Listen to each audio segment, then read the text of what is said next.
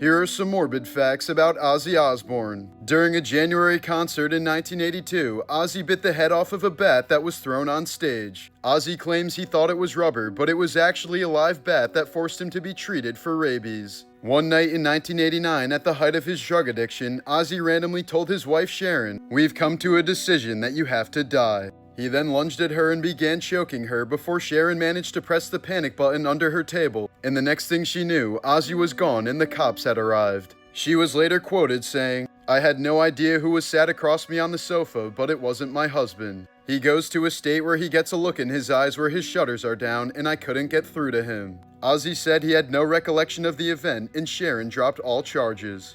After an ATV accident in 2003, Ozzy stopped breathing and was technically dead for about 2 minutes before being revived. The crash left him with a broken collarbone, ribs, and neck vertebrae, and his heart reportedly stopped during surgery. Between this incident, several tour accidents, drug-induced seizures, falls, and multiple surgeries, Ozzy now has permanent nerve damage and a metal rod in his spine.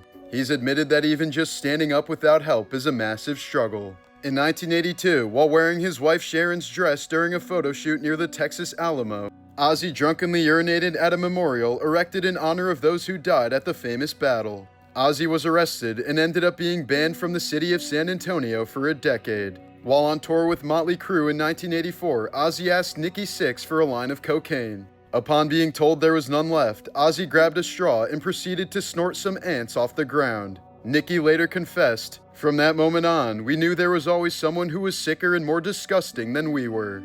During a drug-fueled breakdown, Ozzy once shot all of his family's cats and then sat under a piano for hours with a knife and a shotgun, waiting for Sharon to come home. He later described it as the lowest point of his addiction and the moment he realized he had completely lost control.